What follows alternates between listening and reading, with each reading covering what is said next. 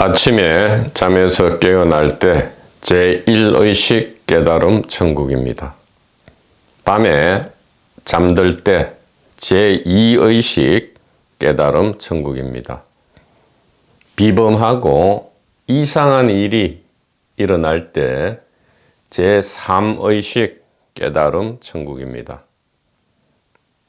죽음에 임할 때 제4의식 깨달음 천국입니다.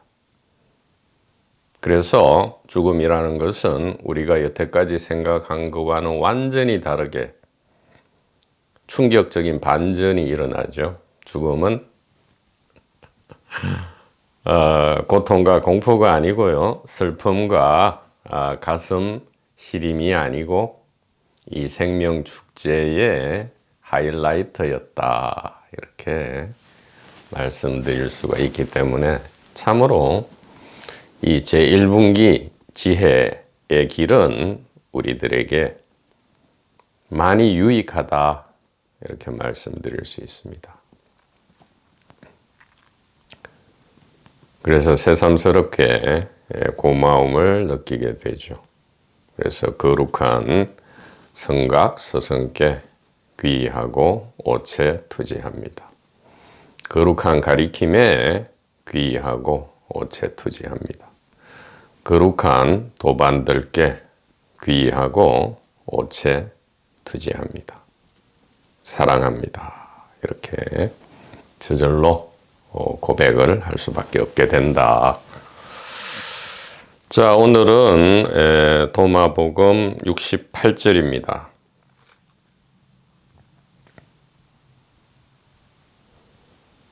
예수님이 말씀하셨다. 미움과 박해를 받을 때 그대들은 복이 있다. 그대들이 박해 받았다는 그곳을 그들은 어디에서도 찾을 수 없을 것이다.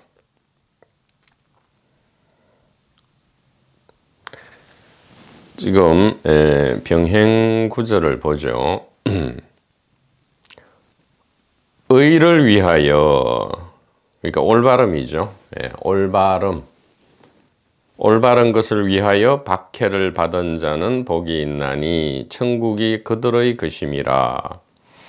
나로 말미암아 너희를 욕하고 박해하고 거짓으로 너희를 거슬러 모든 악한 말을 할 때에는 너희에게 복이 있나니 기뻐하고 즐거워하라.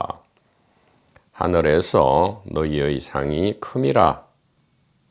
너희 전에 있던 선지자들도 이같이 박해하였느니라. 이렇게 이야기를 합니다. 이 구절은 그 노자에 나오는 그 상사, 중사, 하사의 이 이야기와 일맥상통하다. 즉, 이 진실을, 유일한 지혜를 이렇게 가리킬 때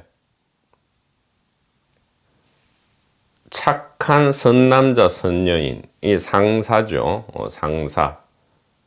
이 선남자, 선여인은 기쁘게 그것을 듣고 이해하고 저절로 행하게 된다.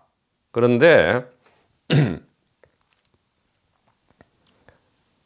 중사나 하사는, 특히 하사는 오히려 1분기 지혜를 가리키는 사람도 박해한다. 이 말은 이제 조롱하는 거죠. 무시하고 조롱하고 오히려 그 가리킴으로 그 길로 가려는 사람들을 못 가게 방해하죠. 앞서 나온 구절에 의하면 자기도 먹지 않을 뿐만 아니라 다른 사람도 못 먹게 해버린다. 이 말이에요.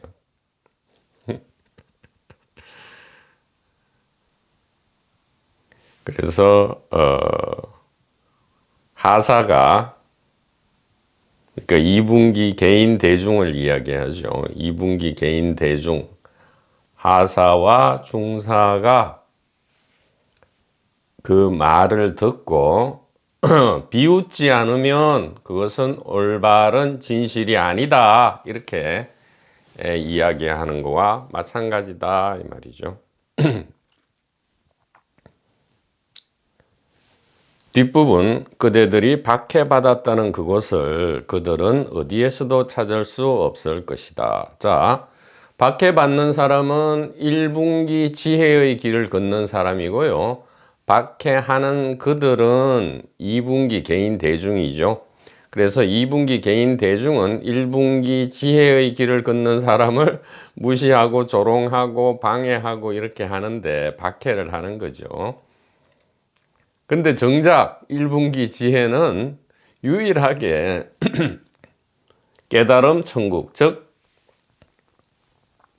생사해방의 이 자유와 평안을 가져오는 유일한 길인데 그것을 무시하고 조롱하면 이제 2분기 개인 대중은 마치 자기들이 박해를 한 줄로 알고 있지만 사실은 박해한 게 아니죠.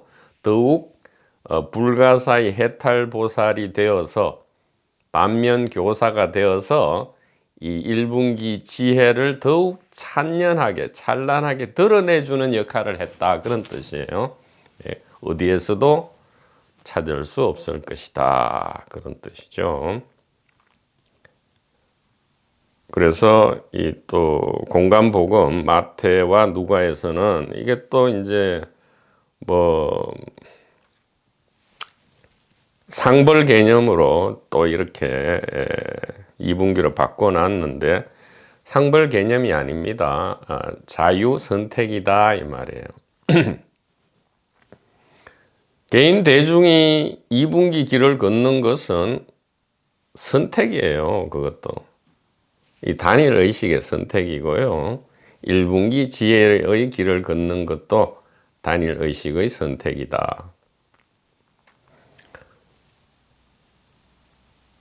불가사의 해탈보살의 역할을 하는 것도 단일 의식이고요. 그 불가사의 해탈보살의 역할에 추동되어서 더욱 힘을 얻어서 이 1분기 지혜의 길을 성실하고 꾸준하게 걸어가는 것도 단일 의식의 일이다. 이렇게. 그러니까 1, 2, 3, 4 의식 전체가 깨달음이고 천국이다 이 말이죠. 즉 하늘 세계다. 즉 의식 세계다 이 말이에요. 의식 세계다 이 말이죠.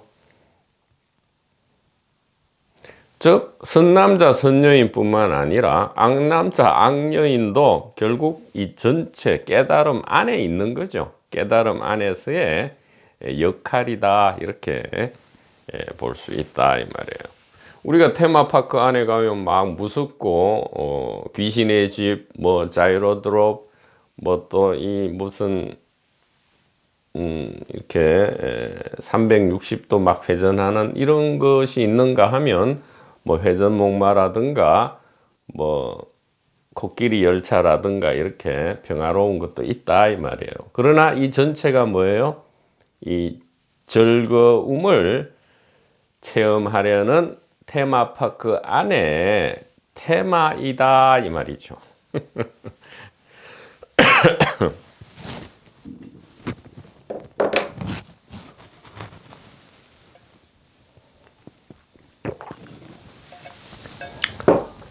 그런데 이 미움과 박해라는 것이 근데 쉬운 문제는 아니죠. 예를 들어 1000명의 사람이 있는데 998명이 이 개인 대중의 길을 걷고 있는데 2명의 사람이 어떤 인연에 의해서 이 제1분기 지혜의 길을 걷는다 할지라도 그 2명은 의심이 일어날 수 있어요. 왜냐하면 이 998명의 이 힘이 무시할 수 없거든요. 또 그들이 지속적으로 장애를 일으키고 그 길에 대해서 부정을 할 때에 긍정적인 마음으로 1분기 길을 걸어가기는 희요하다. 그래서 이게 희요하다라고 하는 것인데,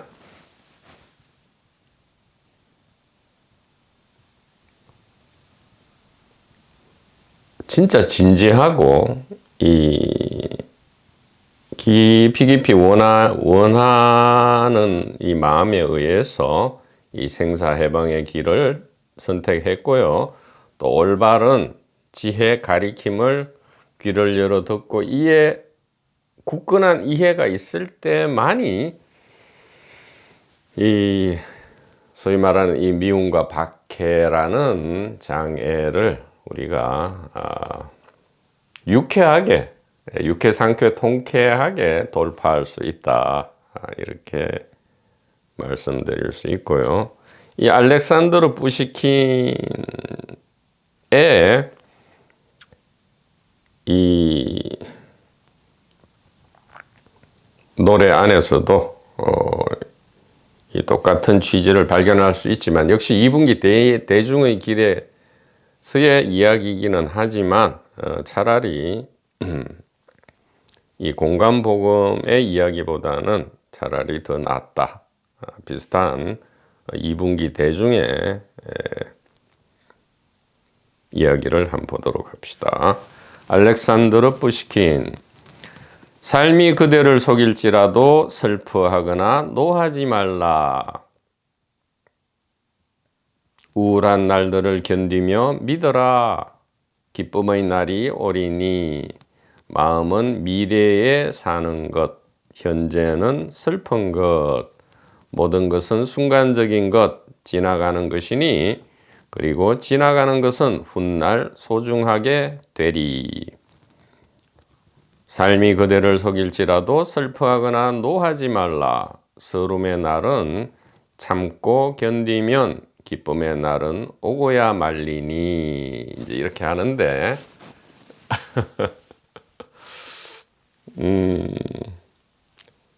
많은 오류가 있기는 하지만, 그래도 마태, 누가의 이 공감복음의 이 오류 내지 오해보다는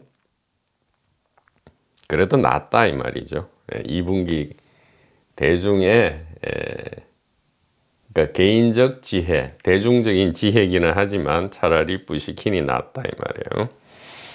낫지만 어떤 오류와 오해가 있느냐? 자, 우울한 날들을 견디며 믿어라. 기쁨의 날이 오리니. 막연히 믿는다고 기쁨의 날이 안 옵니다. 오지 않아요. 이 감나무 밑에서 감이 떨어지리라 믿으면서 입을 벌리고 막연히 있어 가지고는 우연히 하나는 떨어질 수 있겠죠. 그러나 너무 그것은 확률적으로 우연에 맡기는 위험한 도박이다 이 말이에요. 우울한 날들을 견디며 믿어라. 기쁨의 날이 오리니. 그런데 무엇을 믿어라 라는 건지, 그리고 믿음이 일어나기 전에는 이해가 있어야 되죠. 무엇을 이해하고 믿고 이것을 견뎌내야 되는지. 또 이해하고 믿게 되면 견디는 게 아니에요. 견딜 필요가 없다 이 말이에요. 그 즉시 이 슬픔과 분노의 정체가 드러나기 때문에, 슬픔과 분노와 우울함과 삶의 이 사기성, 삶의 이 기망성이 그 정체가 폭로되기 때문에 막연히 믿을 필요가 없게 되죠. 그러니까 전제가 뭐가 돼야 됩니까? 1분기 지혜가 전제가 돼야 된다면 이 푸시킨의 시, 노래는 옳다. 그러나 막연히 지금을 견디면 나중에 미래에 기쁜 날이 온다라고 믿고 그냥 견뎌라. 이것은 참 어떤 면에서는 약간은 많이 사실은 크게 위안은 안 되죠. 크게 위안이 되지 않는다. 또 마음은 미래에 사는 것, 현재는 슬픈 것, 이렇게 좀 네거티브하게 벌써 정의를 해버리고요. 미래로 희망을 투사하게 되죠. 이것은 복권 당첨을 막연히 바라는 것과 같다 이 말이에요. 물론 복권을 살 수는 있어요. 그러나 가볍게 취미로 해야지 그게 목숨 걸면 목숨이 사라집니다. 금방 사라져 버리니까. 모든 것은 순간적인 것, 지나가는 것이니 이것은 옳죠. 예, 옳다 이 말이에요. 그리고 지나가는 것은 훗날 소중하게 되리. 소중하게 되려면 후회와 분노와 슬픔이 아니고요. 지나간 날이 소중하게 되려면 반드시 이 1분기 지혜에 대한 반야지혜, 일심단일 의식이죠. 이 일심단일 의식과 사랑에 대한 이해와 믿음을 전제로 한다 이 말이에요. 그래서 이 생명축제에 대한 이 이해가 있을 때에 이제 이렇게 얘기할 수 있죠. 삶이 그대를 속일지라도 그것은 속이는 것이 아니고 슬픔이나 분노가 올 때 그것은 우리가 알고 있는 개인적인 그런 슬픔과 분노가 아니다 이 말이죠. 그래서 서름의 날은 참고 견디면 기쁨의 날은 이미 와 있었다는 것을 우리가 깨닫고 말리니 이 말이죠. 그러나 여기에 깨닫는 개인은 없다.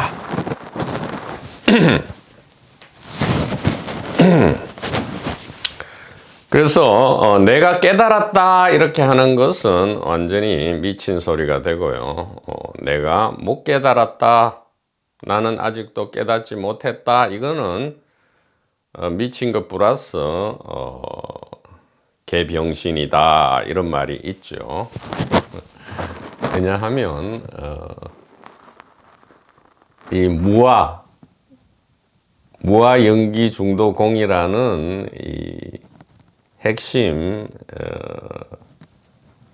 사상이랄까 이 개념을 우리가 깊이 숙고해 보면 깨달은 사람 내지 깨달은 개인은 있을 수 없고요. 왜냐하면 그것은 무아 연기 중도 공에 어긋나죠. 그 다음에 이 깨달은 사람 내지 깨달은 개인이 없다면 못 깨달은 개인도 있을 수가 없죠. 못 깨달은 개인 내지 못 깨달은 사람이 있으려면 그 역시 무아연기 중도 공에 어긋나야 됩니다. 영혼이 있어야 되잖아요. 아트만이 있어야 못 깨닫던 깨닫던 이 주체가 되잖아요. 즉 깨달은 주체가 되고 못 깨달은 주체가 되려면 개인 내지 영혼이 실제해야 되는데 그러면 무아연기 중도 공에 어긋난다 이 말이에요. 그래서 깨달은 개인도 없고요. 못 깨달은 개인도 없다. 깨달은 사람도 없고 따라서 못 깨달은 사람도 없다. 이것이 복음 중에 복음이다 이 말이에요. 이 진실의 핵심이죠. 사실은 진실의 핵심이 된다. 일심반야의 중요한 내용이다 이 말이에요. 물론 일심반야의 적극적인 측면은 바로 마음의식이 여기에 있는 것이 아니고 바로 여기에 있다 이거죠. 의식의 위치와 개수인데 이것을 깊이 이해하고 숙고하다 보면 무아연기 중도공이 무엇인지 저절로 이해가 되고요. 그런 뭐 어려운 단어를 쓰지 않아도요. 사랑이 무엇인지 저절로 이해를 할 수 있고요. 아하, 깨달은 사람을 그토록 추구했건만 이것이 엉터리 바보 유치원 재롱잔치 수준의 젖먹이 옹알이였다라는 것을 저절로 알게 된다 이 말이에요. 그래서 미래 혹은 사후 천국에 대한 희망으로 현재의 고통을 견뎌라. 이것은 매우 엉터리다 이 말이죠. 예. 비즈니스다 이 말이에요.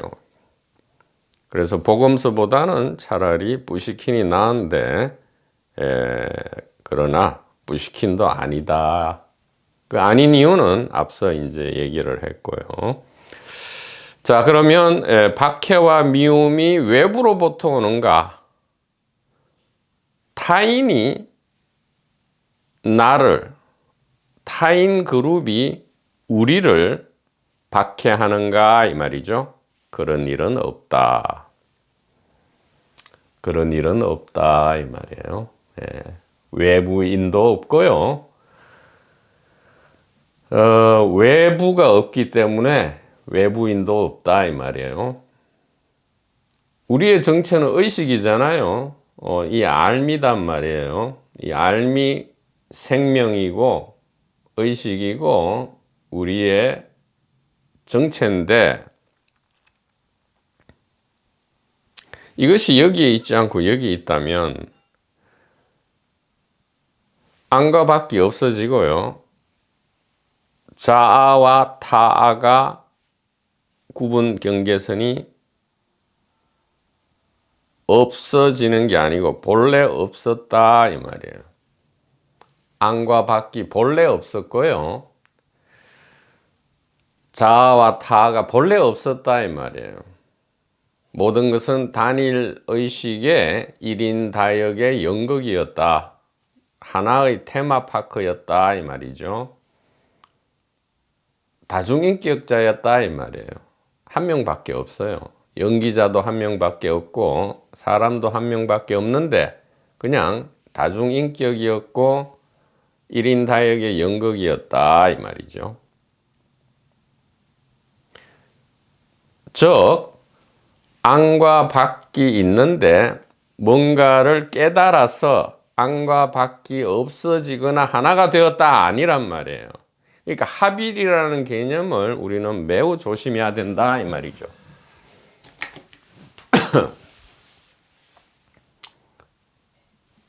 이렇게 있어가지고 이게 나가 되고 이게 내부가 되고요. 그 다음에 뭐 나무가 있거나 똑같이 생겼는데 이건 타인이 돼요. 타인이 되고 외부, 요 나무는 타자고 외부가 되죠. 이렇게 생각해오는 한은 이제 사랑도 있고 정어도 있고 박해도 있고 뭐 같이 이제 같은 동호회도 있고 이제 이렇게 되는데, 이게 일심반야를 이해하는 순간 어떻게 됩니까? 이렇게 돼버리죠. 이렇게 돼버린다 이 말이에요. 그러니까 안팎이 이렇게 나누어지는 줄 알았는데 의식의 위치와 개수를 알고 났더니 안팎이 본래 없었다. 구례 부동 명의불 학이자성 본자 구족. 그러니까 본래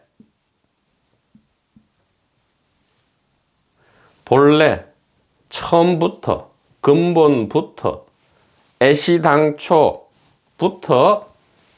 안팎과 자타가 없었다 이 말이죠.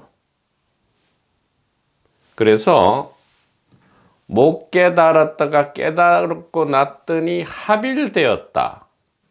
무슨 개합되었다. 이것은 옳지 않다 이 말이에요. 이것은 매우 개인적 동기를 부추기고요. 이러면 합일된 개인이 생기고요. 개합된 개인이 생겨서 이제 날치고 기고만장해진다 이 말이죠. 그럼 더욱 이 임시 가상의 이 경계선, 이것은 생명 축제를 위한 도구였죠. 임시로 안팎 합과 자타를 구분했을 뿐인데 이것이 마치 진짜인 양 그렇게 오랫동안 오해를 했다 이 말이죠. 그래서 우리 이 자유 채널의 길에서는 합일, 개합 이런 것은 옳지 않다 이 말이에요. 본래 하나지 갈라져 있던 것이 합일되어서 하나가 되는 것이 아니다 이 말이에요.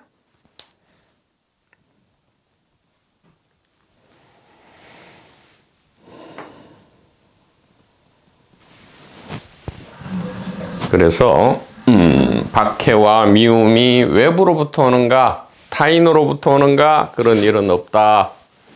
안팎이 없기 때문이다 이 말이죠. 지금 현재는 어떻습니까? 제1의식 깨달음 천국으로서 통째 하나의 의식이죠. 그러면 나는 이 몸이고 저 몸은 내가 아닌 듯이 느껴지고 정신 세계와 물질 세계가 별도로 있고 주관과 객관이 별도로 있는 이 느낌은 무엇입니까? 이렇게 물을 수 있겠죠.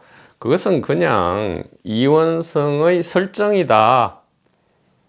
대승기실론과 유식 30송에서도 이야기했듯이 설정이다 이 말이에요. 이 설정은 고통을 위한 것이 아니고 생명 축제를 위한 설정이었다 이 말이에요. 그런데 오해, 즉 테마파크인데 오해를 하고 있었다 이 말이죠. 설정된 것은 얼마든지 설정 해지를 하거나 취소할 수가 있다 이 말이에요. 우리가 담보를 설정해도 임시적인 거잖아요. 언제든지 채권 채무가 해소되면 해지를 하고 설정을 해제할 수 있듯이 똑같다 이 말이죠.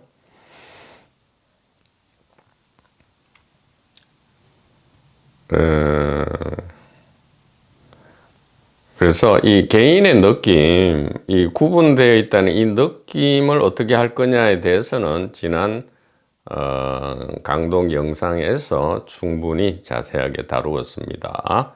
그 1인 다액의 연극의 비유, 많은 알레고리를 가지고 다루었죠.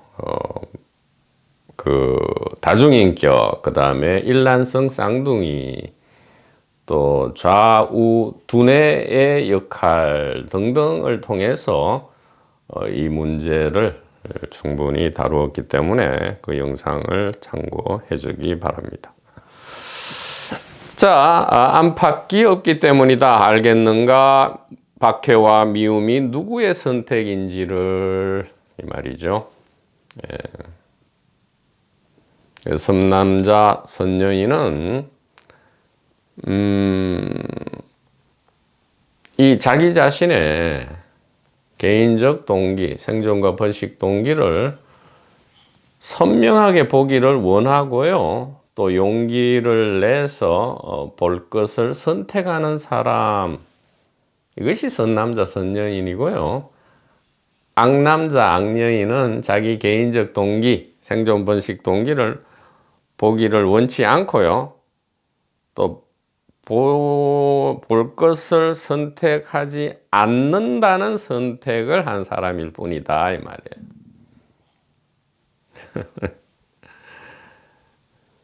그래서 선인이든 악인이든 이 개인적 생존과 번식 동기는 그 질과 양에 있어서 똑같다 이 말이에요.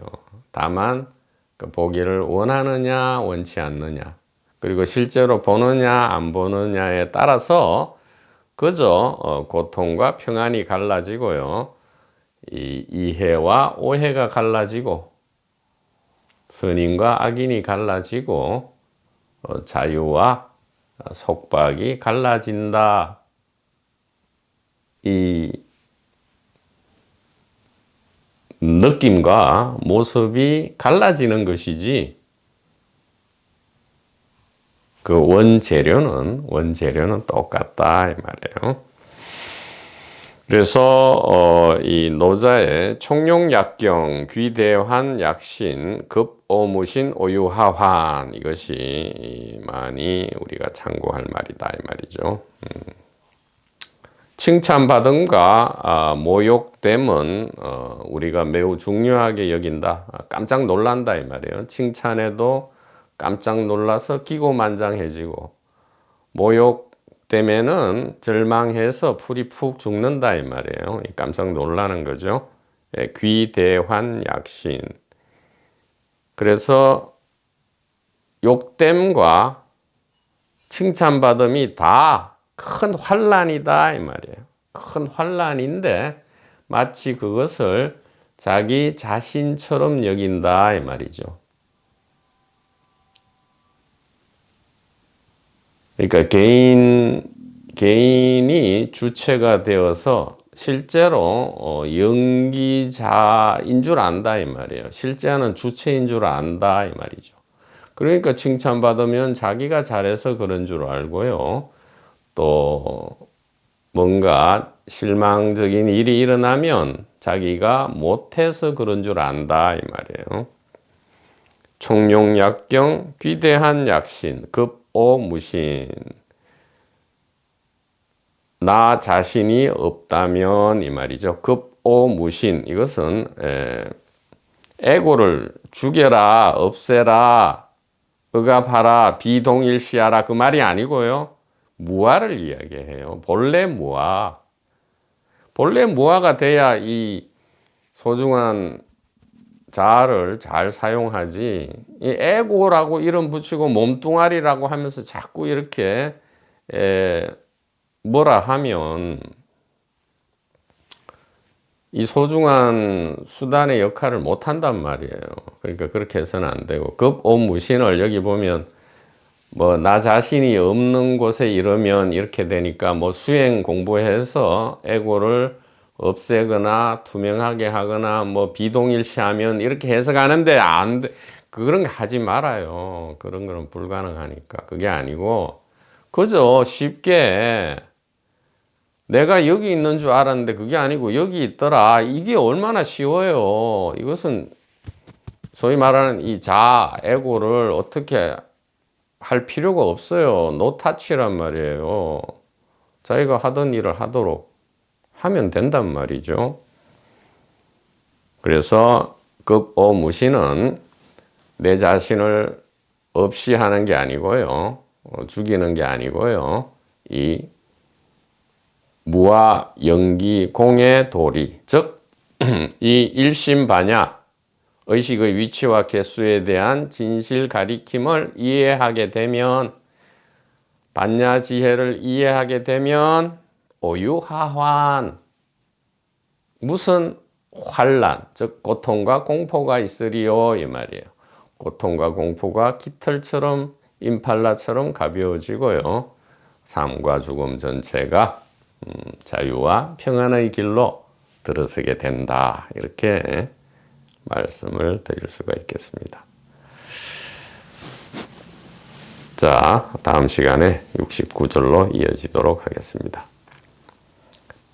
선남자 선녀인 도반번님 여러분 대단히 감사합니다.